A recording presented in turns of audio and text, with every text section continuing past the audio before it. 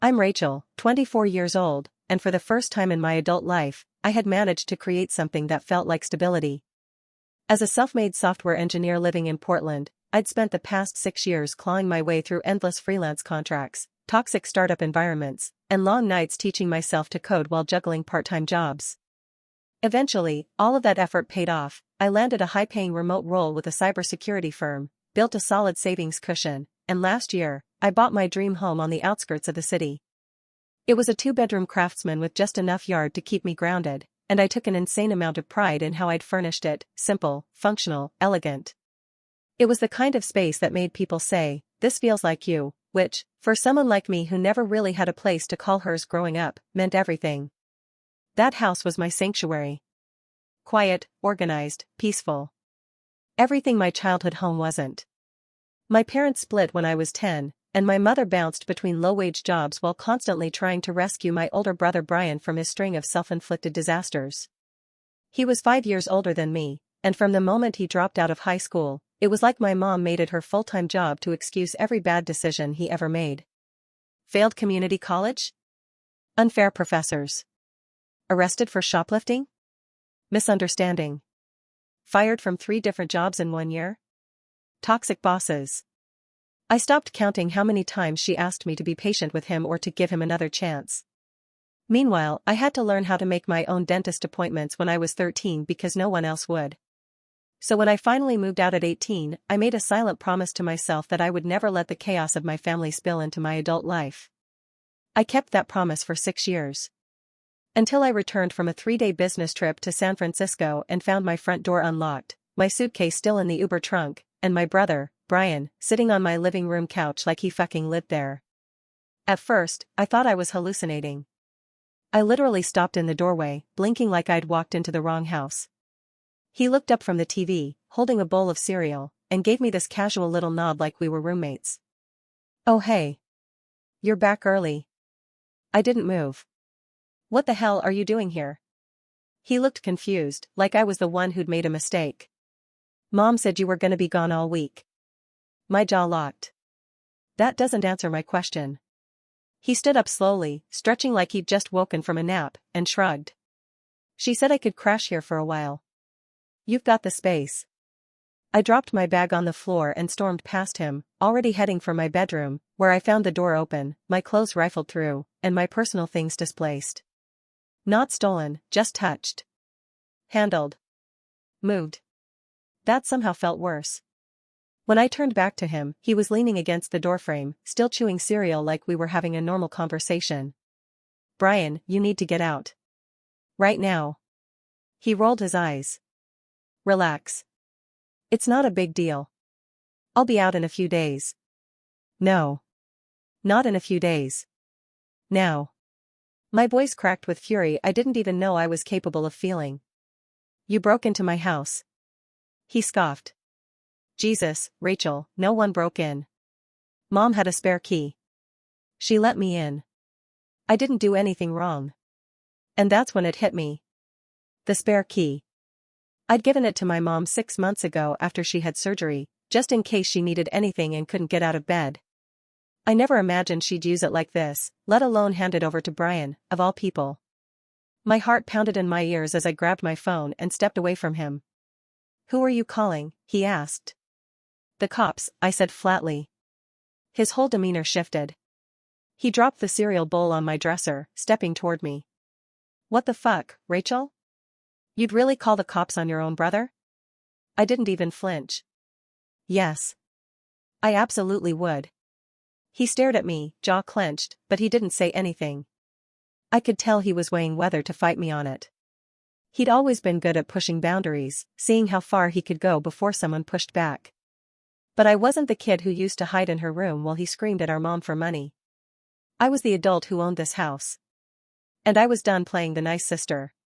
He must have realized it, because he backed off, muttering under his breath as he grabbed his duffel bag, which I hadn't even noticed, tucked behind the couch, and stomped out the front door. He didn't slam it. He wanted me to feel like I was overreacting. Like he was being the reasonable one. The second he was gone, I locked the door, slid down against it, and called my mom. She didn't pick up. Of course she didn't. I called again. And again. Finally, on the fourth try, she answered, her voice filled with annoyance. Rachel, I'm at the grocery store. What the hell were you thinking? I interrupted. My voice was shaking, and I didn't care. A pause. What are you talking about? You gave Brian my key. You let him into my house while I was gone. Her sigh was deep and theatrical. Rachel, he needed a place to stay. Just for a few days. You had no right. That key was for emergencies. Not for you to invite people into my home like it's a hotel. Well, maybe if you talked to your brother more often, you'd understand what he's going through. I couldn't believe what I was hearing. You helped him break into my house. That's not something you just do. Oh, stop being so dramatic. It's not like he stole anything. I don't care. You crossed a line. Don't ever do that again. Ever. She went silent for a second. Then, in that voice she used to use when I'd refused to clean up after Brian as a kid, she said, "You've always been so selfish, Rachel. It wouldn't kill you to help your family once in a while." I hung up. I didn't trust myself to say another word. The adrenaline didn't wear off until hours later, long after I'd checked every drawer in my room, every closet, every cabinet, making sure nothing was missing, nothing tampered with. I installed a new deadbolt that night. Changed the Wi-Fi password. Cancelled every smart device my phone had been connected to. Because I didn't know what else he'd had access to, and frankly, I didn't want to take any chances. The next morning, my mom showed up at my door. I didn't let her in. The week I left for Austin, I was already running on fumes, between preparing my keynote presentation for the tech conference, finalizing deliverables for 2 major clients, and coordinating schedules with my team back in Portland. I barely had time to breathe. But the conference was a big deal, the kind of career milestone that could open doors to serious leadership roles down the line, so I poured everything into making it work. I stayed in a hotel near the venue, went through rehearsals, attended back-to-back panels, networked with executives, and managed to survive the social burnout that comes with pretending to be endlessly enthusiastic for 72 straight hours. I was proud of how it went. For once, it felt like I was gaining momentum in both my personal and professional life.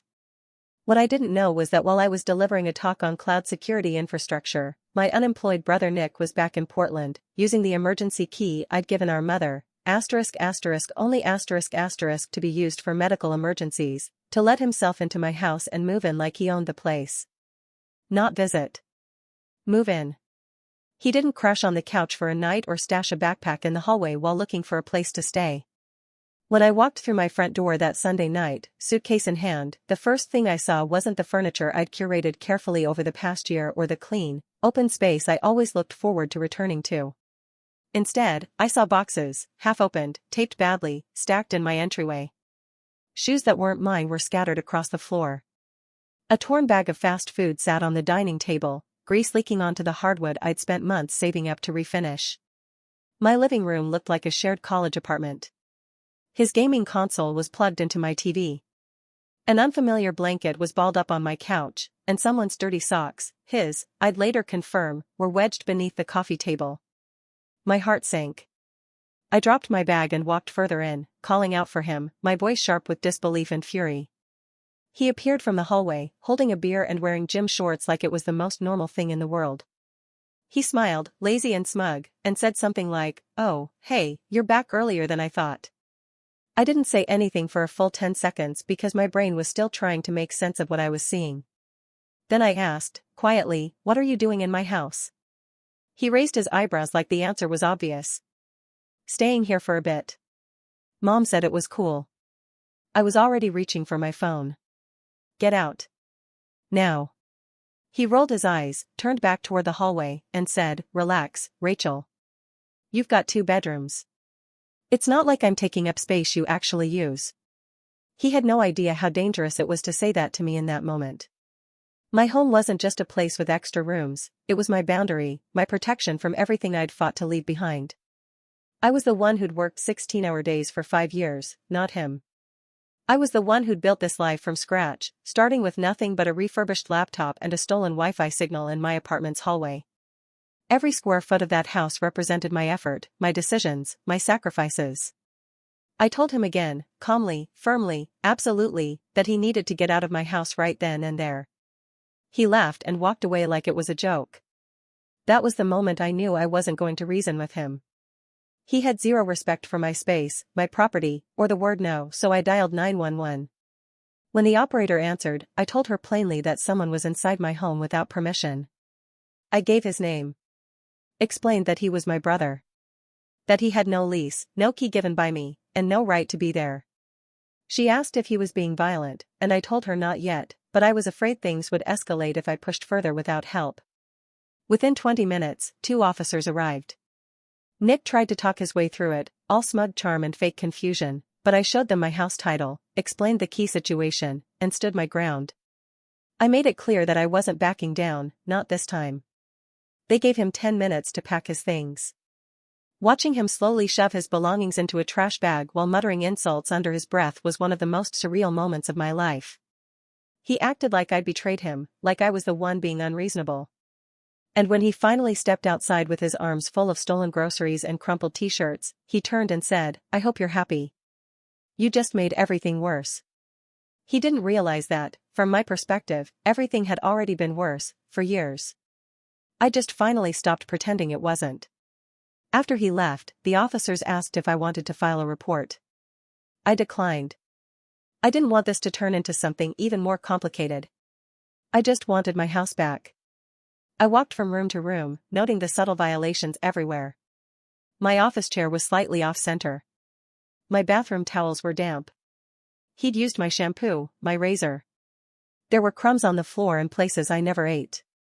His presence was like an oil slick, thin but invasive, coating everything with a film of intrusion that I couldn't wipe away fast enough. I spent the next several hours disinfecting surfaces, changing sheets, washing every piece of clothing he might have touched. I changed the locks the following morning. Installed a camera above the front door. Texted my mother with 2 sentences, "You gave Nick the emergency key. He used it to break in.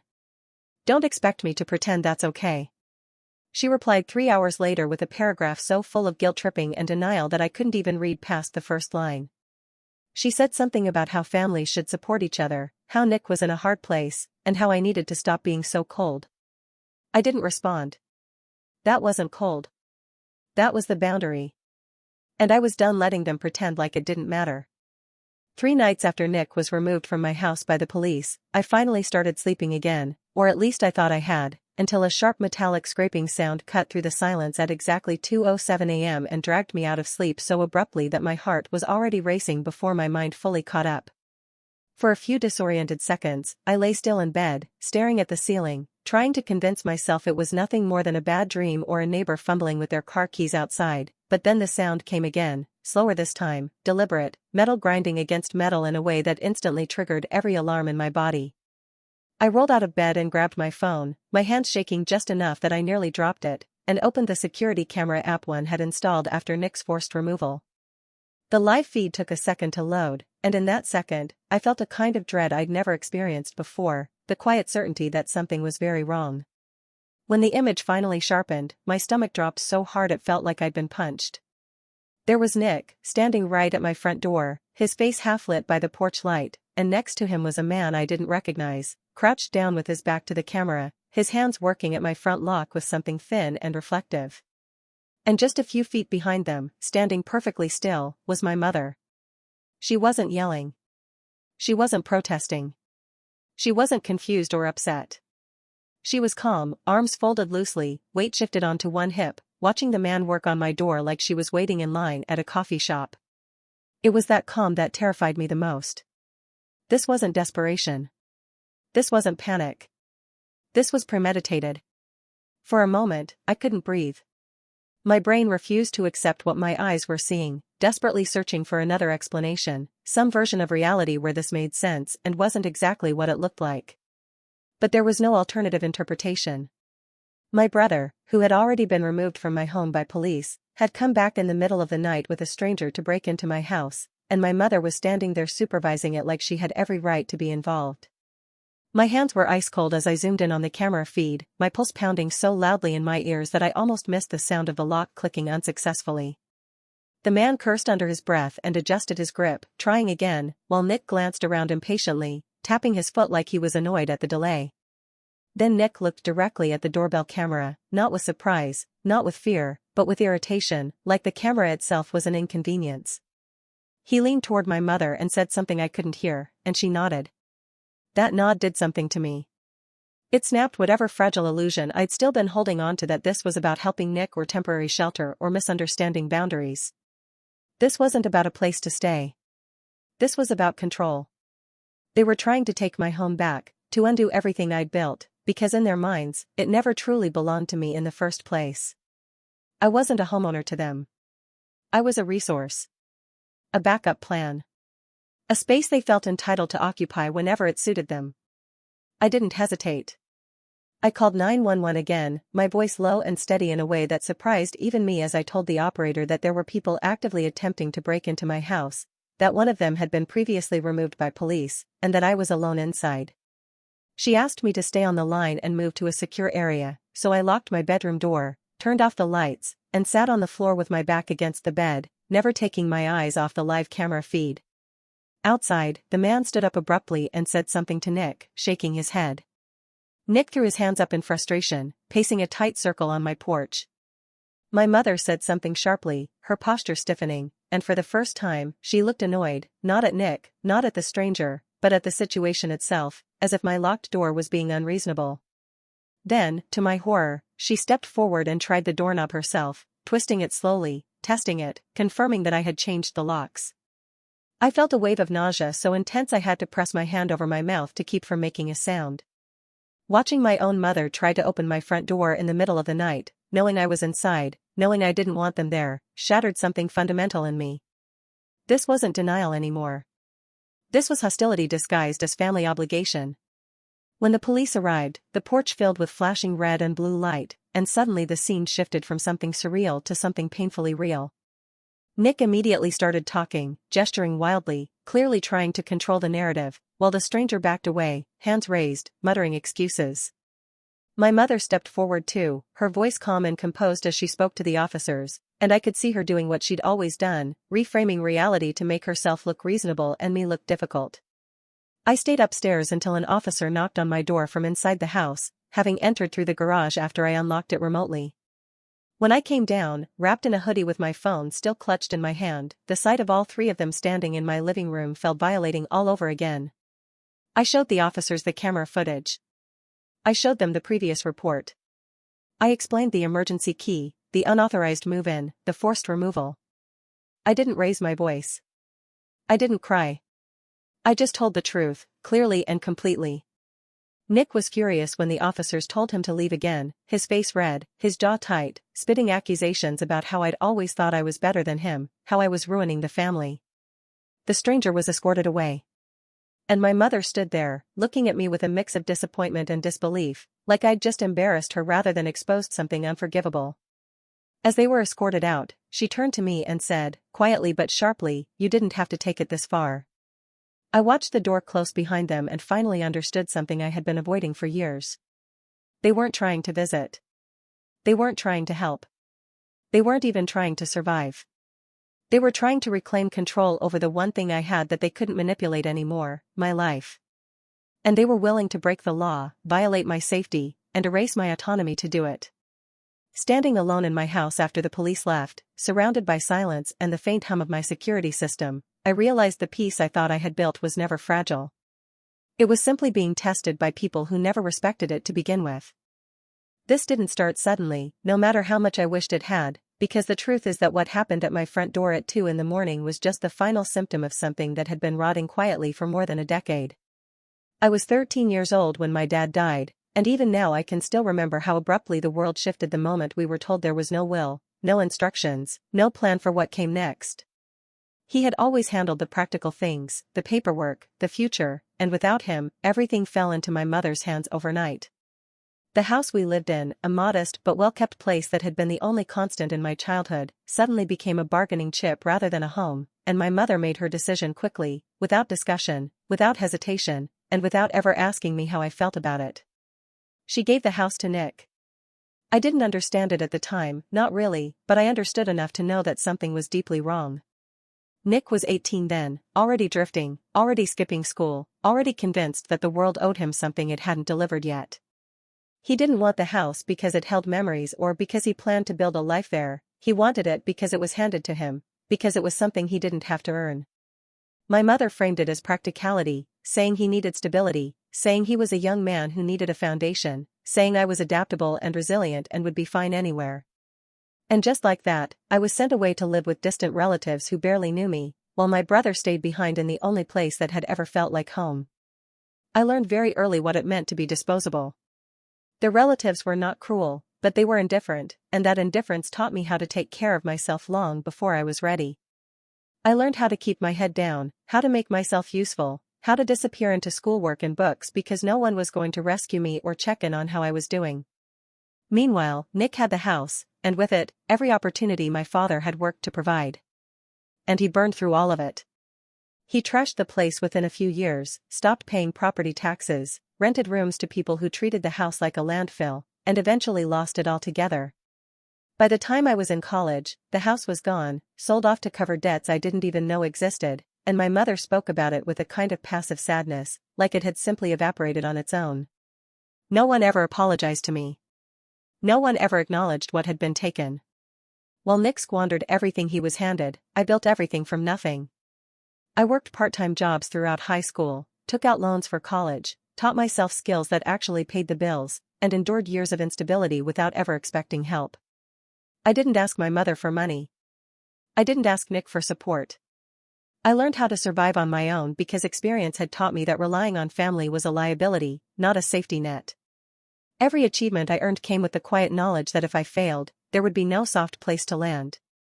And now, years later, after I had finally carved out a life that was stable and mine, after I had bought a home with my own money and filled it with peace and intention, my mother looked at that life and decided it was Nick's turn again. Looking back, the mistake was so small, so seemingly harmless, that I almost didn't register it when everything began to unravel. It was just a photo, a single, carefully composed picture of my newly renovated kitchen, posted online about a month before everything exploded. I'd been proud of it. After years of working with a cramped galley kitchen in my old apartment, this space felt like a reward, a tangible reminder of how far I had come. I had chosen every detail myself, from the matte black fixtures to the butcher block countertops and the soft under-cabinet lighting that cast a warm, golden glow in the evenings. It was clean, minimalist, and beautiful, and for a few seconds, I let my guard down and shared it with the world. I didn't tag my location. I didn't post my address. But Nick recognized the layout. The cabinets. The backsplash. Maybe even the shape of the windows. I had forgotten how closely he watched my life without ever speaking to me. He had this way of hovering just outside of direct contact, always lurking in the background, rarely calling, never asking outright, but always knowing just enough to manipulate. That one photo gave him a glimpse, and it was enough to confirm what he already suspected, that I had made something for myself, something secure and desirable, and that I had done it without him. My mother must have seen it too. She never acknowledged the post, never commented, never even mentioned it to me, but weeks before Nick broke in, I started noticing small things that, in hindsight, were signs. A faint smell of perfume that didn't belong to me. A dish slightly out of place. A drawer closed differently than how I'd left it. I told myself I was being paranoid. That I was tired. That my mind was playing tricks on me. But it wasn't. She had used the emergency key I'd given her months earlier, the one meant for medical emergencies only, and she had been inside my house, walking through my rooms, looking through my life without my permission. They had been watching. Calculating. Testing the waters before making their move. That photo became their green light, not because it was the first time they realized I had something worth taking, but because it confirmed the scale of what I had built. I had renovated a home. I had filled it with new appliances, sleek furniture, elegant finishes. I had created a space that represented everything they had lost, or, in Nick's case, never earned to begin with. The moment they saw that kitchen, they decided it wasn't fair.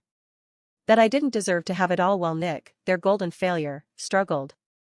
And instead of confronting me, instead of speaking to me like adults, they took the coward's path and waited until I was out of town to act on it. They watched my social media. they tracked when I traveled for work. My mother must have kept tabs on me through casual conversations, harmless questions like "Where are you heading next?" or "How long will you be away?" cloaked in the language of maternal concern.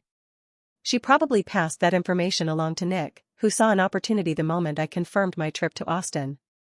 That was when they made the plan. That was when they decided my home could be theirs again, if only they moved quickly enough. They treated my house like a vacancy waiting to be filled, not a boundary meant to be respected. All because I had been careless for a moment, proud for a second, and they saw that as weakness. That single photo, taken in a moment of joy, became the trigger for their entitlement. I was standing in front of a room full of tech executives, engineers, and product managers, mid-sentence, explaining the layered permissions system of our latest cybersecurity solution when my phone buzzed in my blazer pocket. It was subtle, just a quiet vibration, but it jolted through me with enough urgency to throw my focus off for a second. I glanced at the screen as discreetly as possible. It was Tyler, my boyfriend, my anchor, the one person I trusted completely with access to my home while I was away. I had never known him to call me during a scheduled talk, especially not one he knew I had spent weeks preparing for. And he was calling, not texting, which meant something was wrong. I wrapped up my segment quickly, passing the presentation baton to one of my colleagues, then slipped out of the conference hall into a quiet corridor near the speaker's lounge. The moment I answered, I could hear it in Tyler's voice, tight, low, careful. He said my name first, slowly, like he was trying to cushion what was coming next. Then he said, "I think someone's been in the house." My stomach dropped so fast I felt lightheaded. I asked what he meant, my voice already strained. He told me he'd stopped by to water the plants and double-check that the smart thermostat was functioning, just like I'd asked him to. But when he walked in, the air felt off. There was food trash on the counter that hadn't been there before. Someone had left an open soda can in the living room. There were a pair of boots by the entryway that didn't belong to either of us. In the guest room, he found a duffel bag on the bed and snack wrappers on the floor. Not leftovers or forgotten clutter, but recent, fresh, as if someone had just stepped out for a minute and was planning to come back any moment. Then he said it. "It's Nick's stuff." I recognized the bag. "And his jacket's hanging over the chair in your office." I felt like the floor shifted beneath me. Everything around me, the glass walls, the clean lines of the conference center, the polished laughter of tech people networking, blurred into static. My mind started racing. He had already moved in. While I was out of town, trying to push my career forward, Nick had taken that opportunity to occupy my space like a squatter laying claim to territory he had no right to. I asked Tyler if anyone else was there. He said no, the house was empty when he walked in, but it felt wrong to be there. Like he had interrupted something. He hadn't touched anything, hadn't opened drawers, hadn't tried to look for more. He said, "Ratch, I got out right after I saw the bag. I locked up behind me. But you need to come home." But I told him not to go looking. Not to touch anything. Not to wait. I told him to leave immediately, and not because I didn't want him involved, he had already done more for me than anyone else would have, but because I needed Nick to think no one knew. I needed him to feel safe, to think that he still had the upper hand, because that would keep him from disappearing before I could confront him with evidence and legal leverage. If Tyler had confronted him, or if Nick had returned while Tyler was still inside, it would have escalated, and I couldn't risk Tyler getting dragged into that kind of chaos. I thanked him, quickly but firmly, and then hung up. I didn't go back to the conference floor. I didn't wait for the post-panel mixer or the networking dinner or the investor meet-and-greet scheduled for the next morning. I walked straight to the hotel, packed my bag in under 10 minutes, changed my flight to the next available departure, and sat at the gate with my laptop open and my mind spinning, trying to look normal while replaying every conversation I'd ever had with my mother over the past month, searching for clues. She had asked when I'd be leaving. She had asked how long I'd be gone. She had even asked if Tyler would be staying at the house while I was away. I had told her no, that he was busy with work, which meant she knew the house would be empty. I was furious at myself for missing it. For not seeing the pattern. For underestimating just how far she and Nick would go once they saw their window. That flight home was the longest I had ever taken. Not because of turbulence or delays, but because I knew what I was walking into.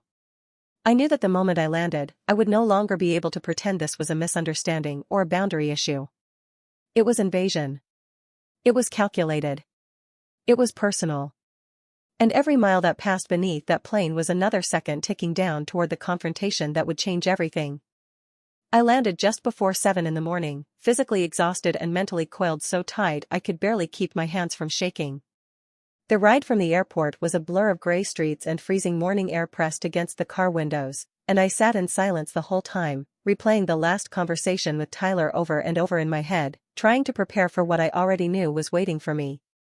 When the car pulled up to my house, everything looked normal on the outside, quiet, clean, undisturbed, but that only made it worse. The calmness of the street, the stillness of my own front yard, it all mocked the fact that something had already been taken from me. I unlocked the front door, stepped inside, and it hit me immediately. He was there. Nick was sitting on my couch like it belonged to him, one leg thrown casually over the other, shoes off, a throw blanket bunched at his side, the TV blaring low-volume static noise from some game menu screen.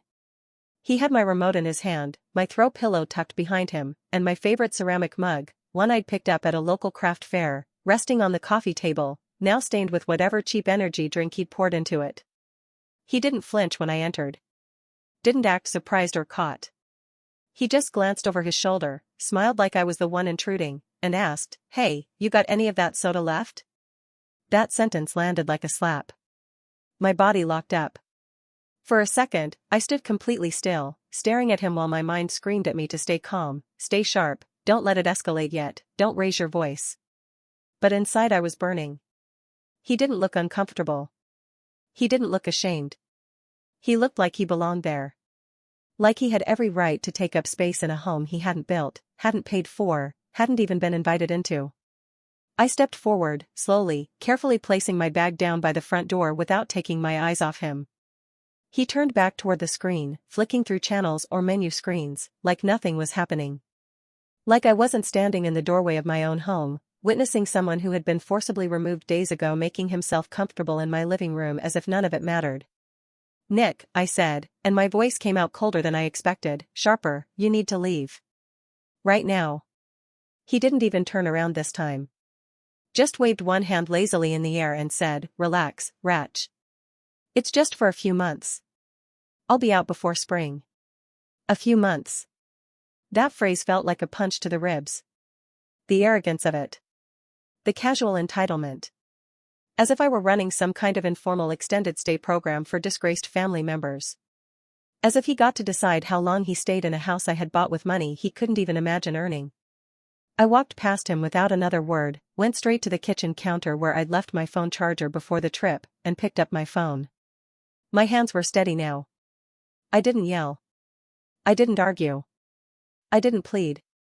I just unlocked the phone, tapped the emergency dial, and pressed call. Nick finally turned toward me then, watching with vague interest as I put the phone to my ear.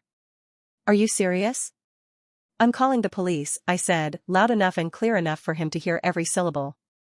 He laughed, but it was hollow, unsure. "You're not serious. You're really gonna call the cops on your own brother?" "I already did. Last time you were here. This is a repeat offense. You broke in. Again. And this time, there's no excuse." He sat up straighter, the smile draining from his face as reality started to set in. I heard the dispatcher's voice come through, and I relayed the details as calmly as possible. Unauthorized entry, same individual as before, still present in the home, requesting immediate removal. I gave them the case number from the last time, the officer's name, the timeline, everything.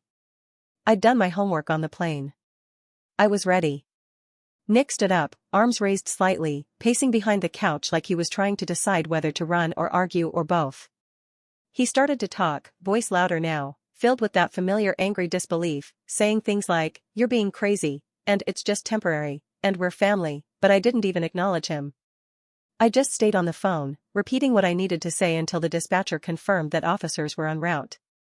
He stood there, breathing hard, looking at me like I was the problem. Like I was the one who had taken something from him. And all I could think about was the 13-year-old version of me who had stood in the hallway of my childhood home, suitcase in hand, while he was handed the keys. All I could think about was the years I spent watching him wreck every opportunity while I was expected to fend for myself. And now, after building something real with my own hands, he had come back again, not out of desperation, but entitlement. There was no panic in me now. No regret. No question about whether this was the right thing to do. He had made his decision the moment he walked through my door. And I was making mine.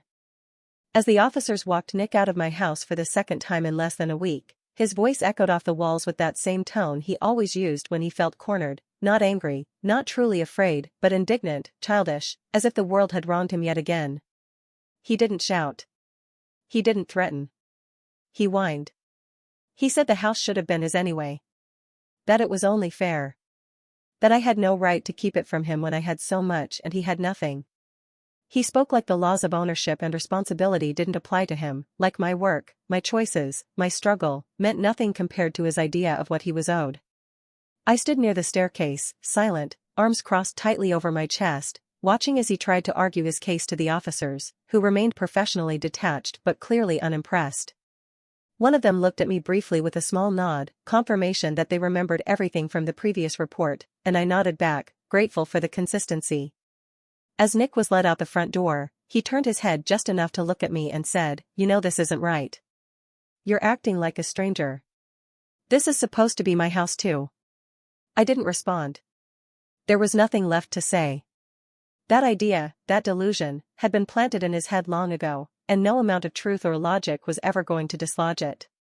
10 minutes after the police left, my mother called. I didn't want to answer, but I did. I wanted to hear what excuse she would come up with this time, what kind of moral gymnastics she would perform to make me the villain again. Her voice came through the phone thick with disappointment, not in Nick, but in me. She didn't ask if I was safe.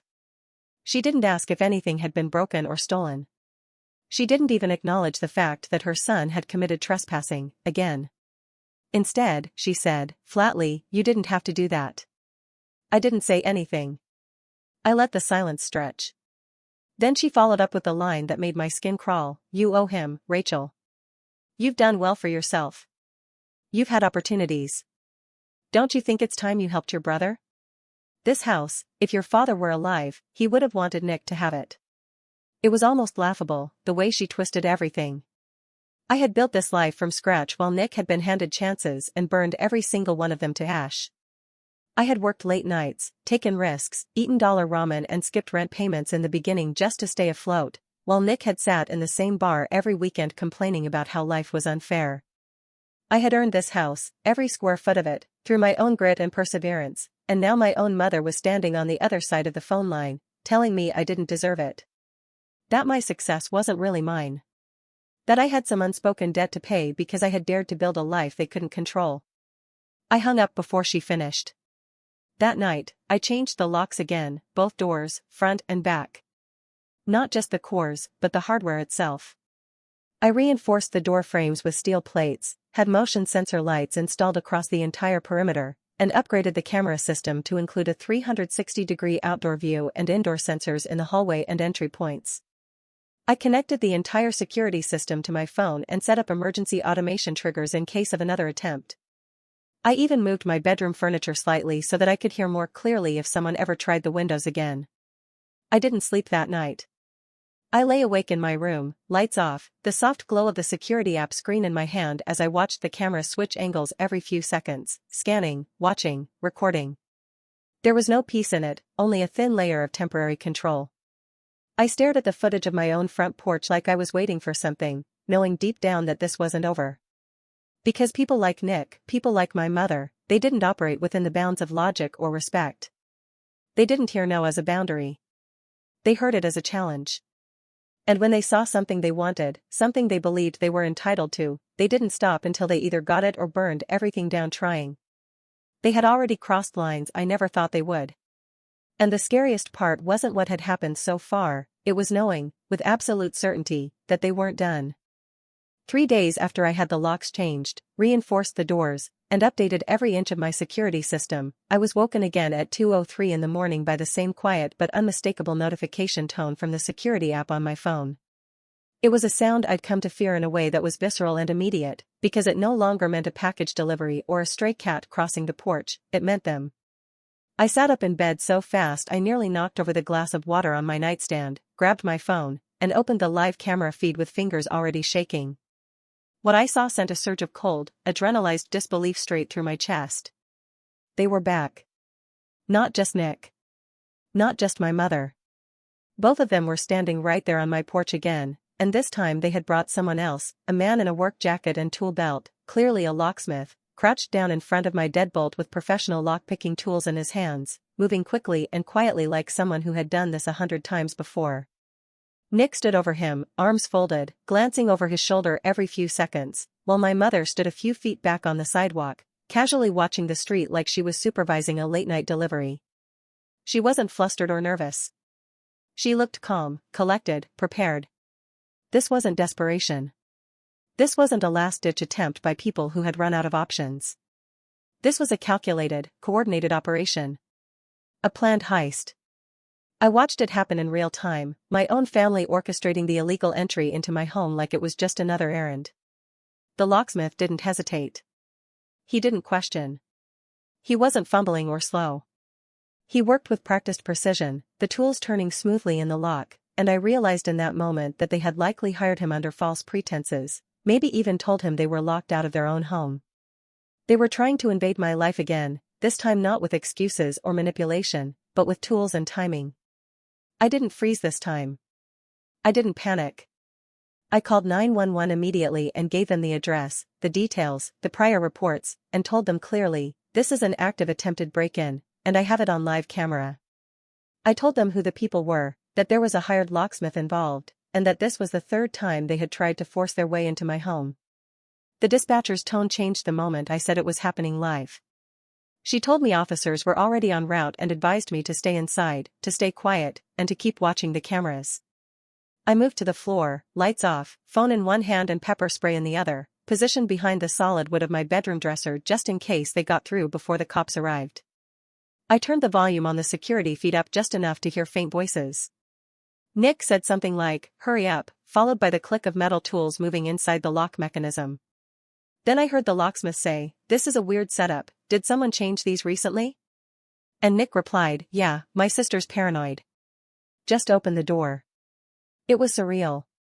Hearing my own brother discuss breaking into my house like it was no more complicated than opening a stubborn jar. My mother said nothing. She just stood there, arms crossed, watching the process with that same dead calm I'd seen on the previous footage. She wasn't shocked by what was happening. She was complicit. She had planned this. Then the camera angle shifted slightly, catching the first flash of red and blue from the police cruiser pulling up fast and hard onto the curb. The locksmith backed away from the door instantly, hands going up in reflex the second he realized what was happening. Nick turned sharply, startled, and my mother's face went blank. The officers moved in fast, guns drawn, flashlights cutting through the dark, voices raised in sharp commands. "Step away from the door. Hands where we can see them." The man dropped his tools and raised both hands over his head. Nick froze, his arms twitching like he was about to run but couldn't decide where. My mother, to her credit or delusion, tried to speak to the officers with the same condescending calm she used on grocery store clerks and landlords, as if she could explain her way out of this like it was all a misunderstanding. But this time, no one was listening. The officer separated them, patted them down, and began questioning all three right there on the sidewalk. One officer knocked on my door, and through the security system, I confirmed my identity and unlocked the deadbolt remotely while watching the others detain Nick and the locksmith for attempted unlawful entry. My mother wasn't handcuffed, but she was told in no uncertain terms that she was a suspect in an ongoing investigation. I didn't go outside. I didn't need to. My footage was already uploading to the cloud, and I had everything recorded, audio, timestamps, close-ups. The responding officers confirmed that this would now be treated as a serious criminal matter, not just a civil dispute or family issue. They asked if I felt safe. I said no. When they finally left with all three of them in custody or being questioned off-site, I sat alone in my kitchen, surrounded by silence, and looked at the door they had almost made it through. It wasn't damaged, but it felt violated. Not because of the tools or the attempted entry, but because of what it represented, that they truly believed, even after being removed by police, even after being told no, even after cameras and locks and laws had been stacked against them, that they could just take it all back.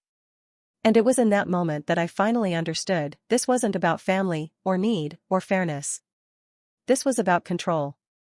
Ownership. Entitlement. They weren't just trying to break into my house.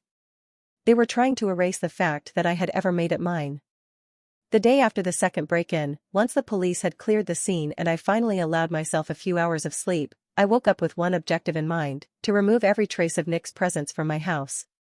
I didn't want to see his boots by the door, his hoodie draped over the guest room chair, or the trail of trash he left behind like he was marking territory. I needed to disinfect not just the space but the air, to scrub away the feeling of being watched, targeted, trespassed. I started in the guest room, where he'd clearly set up a kind of base camp: cheap duffel bag on the floor, crumbs embedded in the carpet, empty wrappers, and soda bottles tucked behind the nightstand like a teenager hiding contraband. I was going through the drawers, throwing out anything he'd touched, when I found them: 3 envelopes shoved deep in the bottom drawer, behind a wrinkled t-shirt and a broken phone charger. They weren't addressed to me. They were addressed to him. 3 utility bills, from 3 separate companies: gas, electric, and internet. All of them in Nick's full name. All of them listing my home address as the service location. At first, I didn't understand what I was looking at. I stared at the bills, flipping through them slowly, trying to make sense of how they existed. The dates on them were recent, within the last 30 days. The gas bill had been opened. The electric bill still sealed. The internet bill had a note scribbled on it: autopay?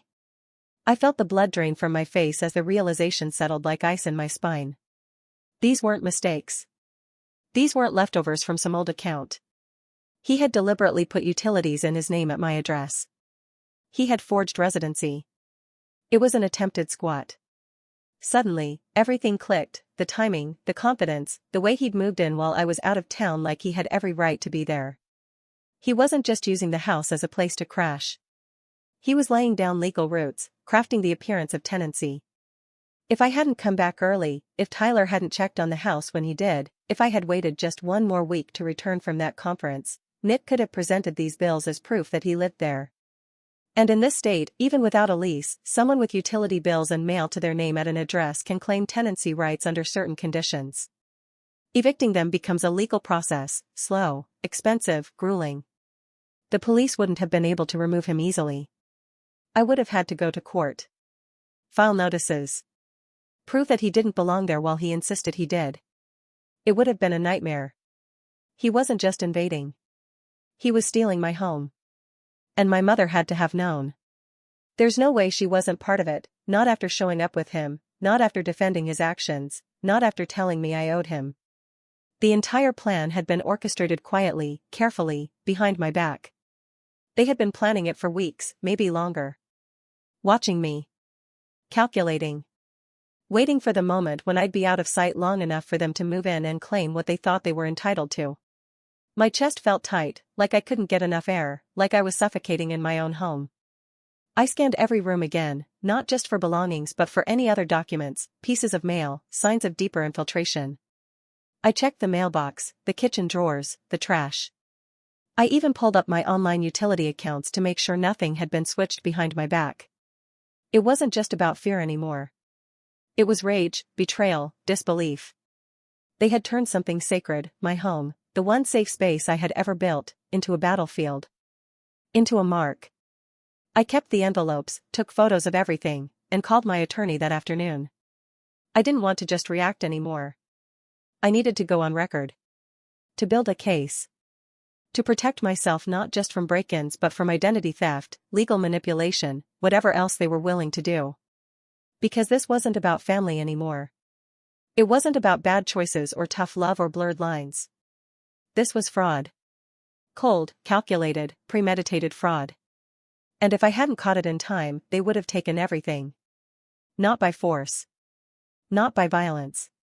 But through quiet paperwork, slow corrosion, and a complete lack of shame. The morning after I discovered the forged utility bills in Nick's name, I didn't waste a single second trying to reason with anyone.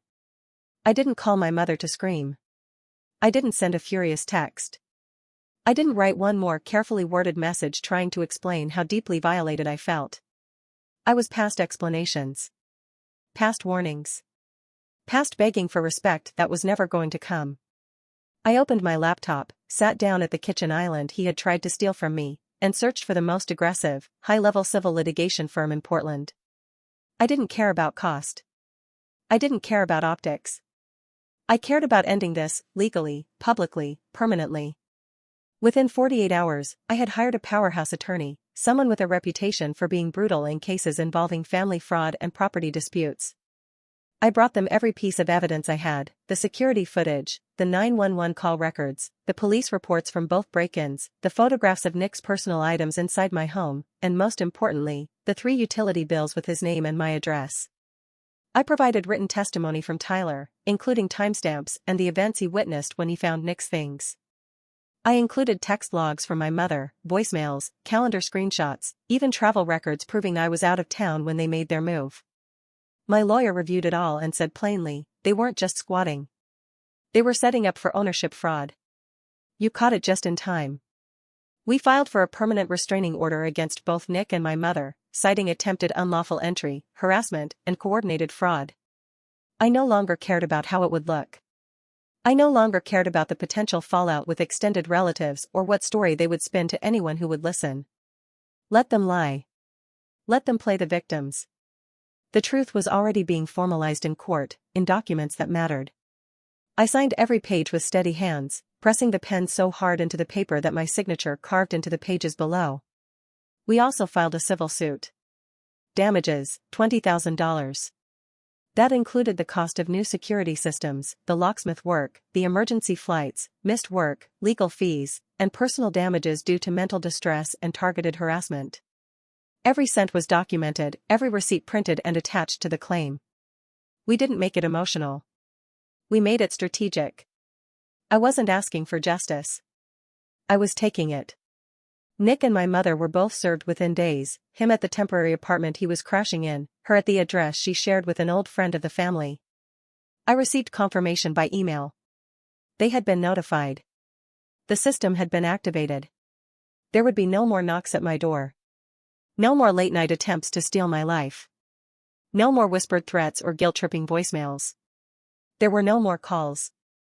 No more apologies. No more excuses. Nothing but silence and the cold, indifferent gears of the justice system grinding toward a verdict. I didn't wait for the case to be resolved. I didn't care about dragging it out for vengeance. I had already lost too much peace to people who treated my boundaries like invitations. I made the decision quietly, swiftly, without looking back. I listed the house for sale. I worked with a private agent who specialized in quiet transfers and no open houses. I didn't want foot traffic. I didn't want nosy neighbors asking questions. I just wanted out. Within 3 weeks, it was sold, and the closing date was set. I packed only what I needed. I shipped the rest to a storage unit across the country. I deleted old photos. I shut down the social media accounts they had followed. I changed my number. I updated my legal documents. I had my mail rerouted to a virtual address for safety. Then I booked a one-way flight, and I left. I didn't tell anyone where I was going. Not friends. Not coworkers. Not extended family. The only person who knew was Tyler, and even he didn't know the address, just the city. I wanted the distance to be real. Not just physical, but existential. I wanted to disappear from the orbit of people who had seen me as a resource instead of a person. Who thought love was just another word for ownership. I moved across the country to a city where no one knew me, and I started over with a smaller place, less square footage, fewer windows, more locks, and a sense of control I had never had before. I didn't keep anything of theirs. No photos. No heirlooms. No old letters.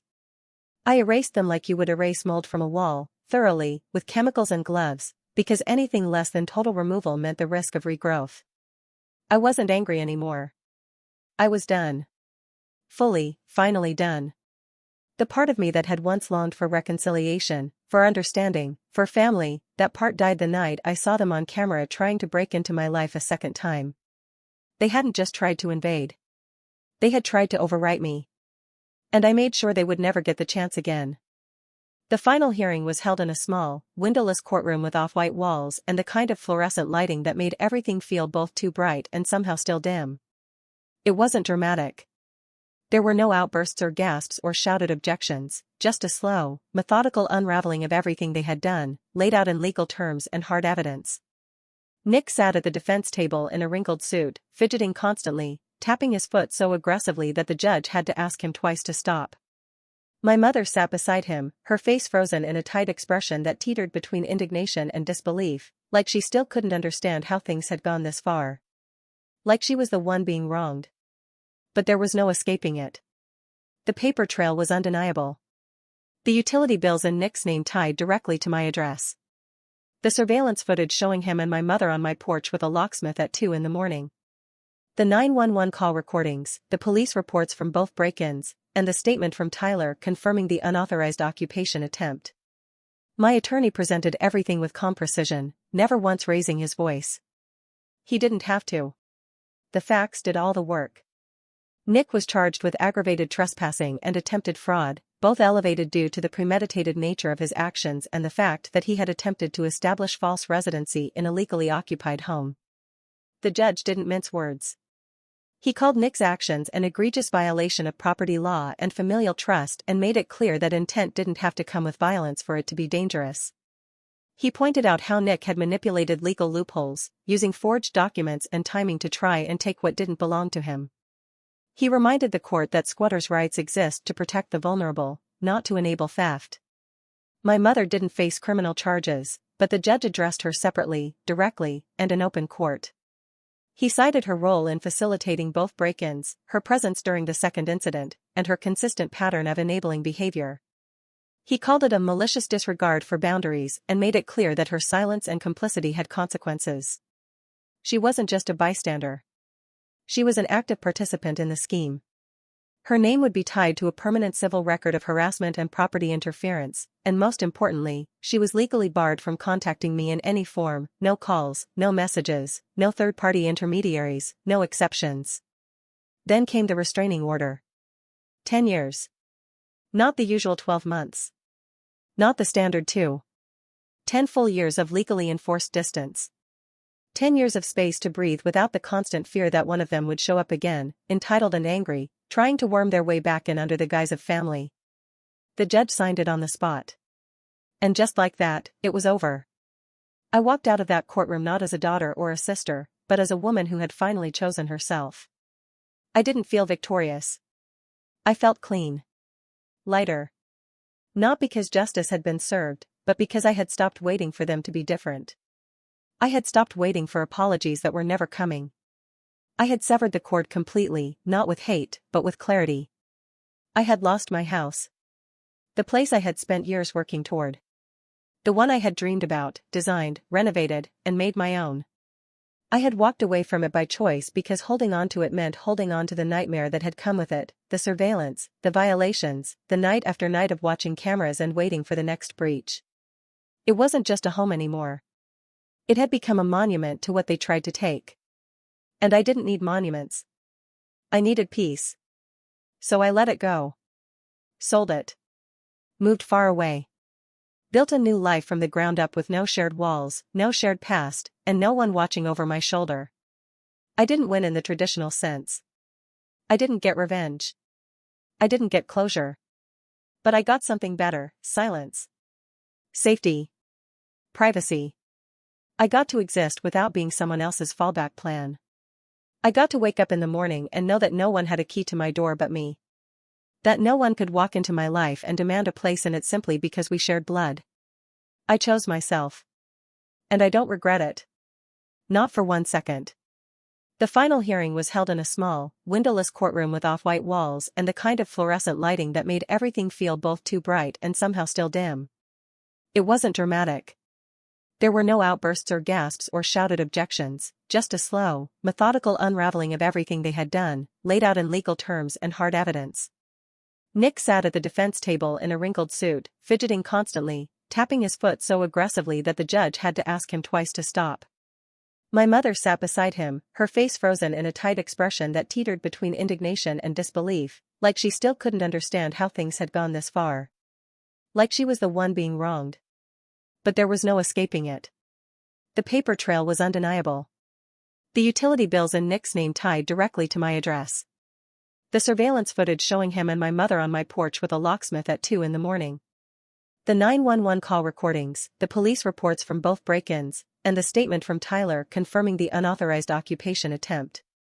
My attorney presented everything with calm precision, never once raising his voice. He didn't have to. The facts did all the work.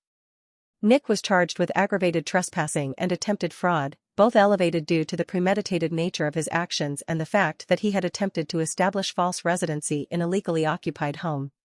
The judge didn't mince words. He called Nick's actions an egregious violation of property law and familial trust and made it clear that intent didn't have to come with violence for it to be dangerous.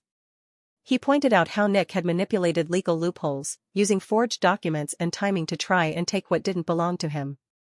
He reminded the court that squatters' rights exist to protect the vulnerable, not to enable theft.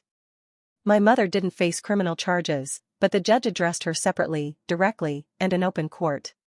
He cited her role in facilitating both break-ins, her presence during the second incident, and her consistent pattern of enabling behavior. He called it a malicious disregard for boundaries and made it clear that her silence and complicity had consequences. She wasn't just a bystander.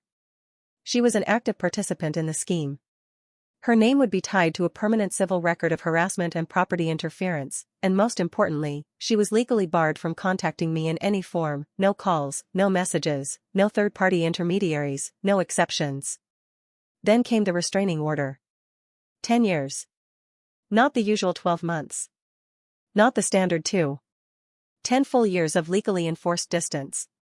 10 years of space to breathe without the constant fear that one of them would show up again, entitled and angry, trying to worm their way back in under the guise of family. The judge signed it on the spot. And just like that, it was over. I walked out of that courtroom not as a daughter or a sister, but as a woman who had finally chosen herself. I didn't feel victorious. I felt clean. Lighter. Not because justice had been served, but because I had stopped waiting for them to be different. I had stopped waiting for apologies that were never coming. I had severed the cord completely, not with hate, but with clarity. I had lost my house. The place I had spent years working toward. The one I had dreamed about, designed, renovated, and made my own. I had walked away from it by choice because holding on to it meant holding on to the nightmare that had come with it, the surveillance, the violations, the night after night of watching cameras and waiting for the next breach. It wasn't just a home anymore. It had become a monument to what they tried to take. And I didn't need monuments. I needed peace. So I let it go. Sold it. Moved far away. Built a new life from the ground up with no shared walls, no shared past, and no one watching over my shoulder. I didn't win in the traditional sense. I didn't get revenge. I didn't get closure. But I got something better: silence. Safety. Privacy. I got to exist without being someone else's fallback plan. I got to wake up in the morning and know that no one had a key to my door but me. That no one could walk into my life and demand a place in it simply because we shared blood. I chose myself. And I don't regret it. Not for 1 second.